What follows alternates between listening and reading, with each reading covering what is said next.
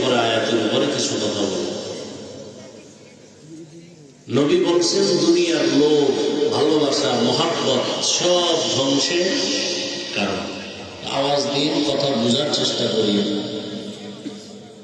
কেন? বলে দুনিয়াই তো ধ্বংস হবে, অতএব সেই ধ্বংসের যোগ্য একটা বিষয়কে অন্তরে ধারণ করে স্থায়ী জীবনকে তুমি ভুলে যাবে, তোমার এই ভালোবাসাও সব ধ্বংস করে ফেলবে, দুনিয়াও আখিরাত। দুনিয়ার প্রতিটি মানুষ ধ্বংসের পেছনে যাওয়ার একমাত্র কারণ দুনিয়ার মহাব্বত, ভালোবাসা আর লোভ। এই লোভ আমার তিন প্রকার।